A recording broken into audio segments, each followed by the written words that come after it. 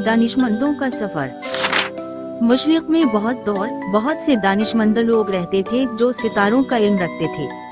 एक रात उन्होंने आसमान पर एक नया गैर मामूली चमकदार सितारा देखा। वो जान गए कि ये एक अजीम बादशाह की पैदाइश का इशारा है। इन्होंने इस नए बादशाह को ढूंढने और उसकी इबादत करने का फैसला किया।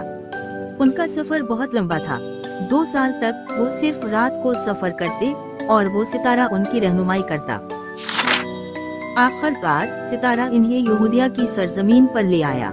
वो दारुल हुकूमत यरूशलेम गए ताकि वहाँ के बादशाह हेरोदिस से पूछ सकें नया बादशाह कहाँ पैदा हुआ है।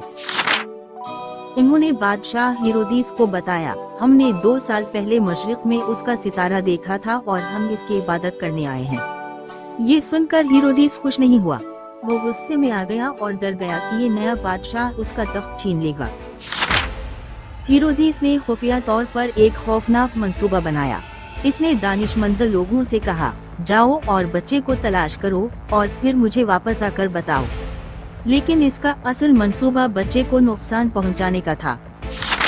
जैसे ही दानिशमंद लोग यरूशलेम से निकले, वो सितारा जिसे वो देखकर चले थे दोबारा नमूदार हुआ। वो उनके आगे आगे चला यहाँ तक कि नासरत के एक छोटे से घर के ऊपर आकर ठहर गया जहाँ वो खानदान रहता था। दानिशमंद लोग खुशी से भर गए। घर के अंदर उन्होंने छोटे बच्चे यसु को उसकी माँ मरियम के साथ पाया। वो घुटनों के बल झुक गए और उसकी इबादत की। फिर उन्होंने अपने खजाने खोले और यसु को कीमती तोहफे पेश किए, सोना, लुबान और मोर। ये एक बादशाह के लिए मौजूद तोहफे थे। इसी रात खुदा ने दानिशमंद लोगों को ख्वाब में खबरदार किया कि वो बादशाह हेरोदिस के पास वापस न जाएं।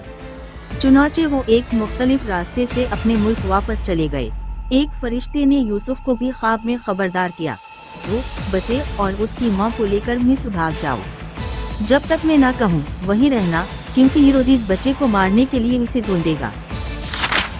जब हेरोदिस को मालूम हुआ कि दानिशमंद लोगों ने उसे धोखा दिया है, तो वो गुस्से से आग बबूला हो गया और उसने बेतलहम के तमाम छोटे लड़कों को नुकसान पहुंचाने का जालिमाना हुक्म दिया। लेकिन अब बहुत देर हो चुकी थी। यूसुफ पहले ही अपने खानदान को लेकर मिस्र के महफूज रास्ते पर गामजन हो चुका था। दानिशमंद लोगों के लंबे सफर ने नए बादशाह की हिफाजत की थी। उनकी कहानी हमें याद दिलाती है कि तारीख तरीन वक्त में भी ईमान, हिकमत और हिम्मत दुनिया में उम्मीद की रोशनी ला सकते हैं।